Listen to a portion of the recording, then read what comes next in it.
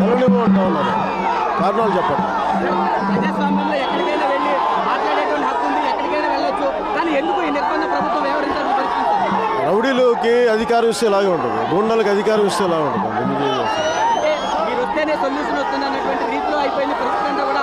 అభిమానులు కార్యకర్తలు కూడా పెద్ద ఎత్తున మొత్తం నేను వాళ్ళకి ఇందాక నుంచి ఏం చెప్తున్నారు అసలు పోలీసులు ఏం చెప్తారు? ఇందాక నుంచి రిక్వెస్ట్ అదే చేస్తాను. ట్రాఫిక్ ఆగిపోయింది, చాలామంది బాధపడుతూ ఉన్నారు. ఫ్లైట్లో ఎక్కనివ్వాల, కారులో వెళ్తానంటే కారు అలౌ చేయట్లా, నడిచి వెళ్తానంటే నడిచి అలౌ వచ్చేనివ్వట్లా. విశాఖపట్నం కూడా ఇలాగే చేశారు. ప్రాబ్లం ఏంటంటే గూండాలకి అధికారం ఇస్తే ఇలాగ ఉంటుంది, దోపిడీ చేసే వాళ్ళకి అధికారం ఇస్తే ఎలా ఉంటుంది, అది అందరికీ అర్థమవుతా ఉంది.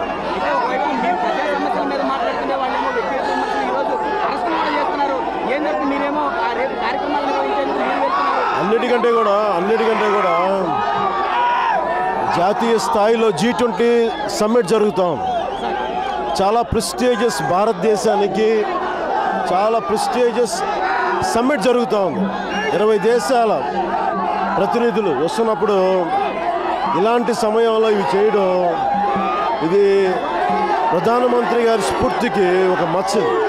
వీళ్ళు చేస్తాము.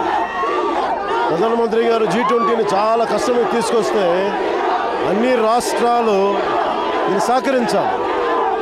కానీ దురదృష్టం, గూండాలకి అధికారం ఇస్తే వాళ్ళకి G20 అనే తాలూకు దాని విశిష్టత ఏమర్థం అవుతుంది?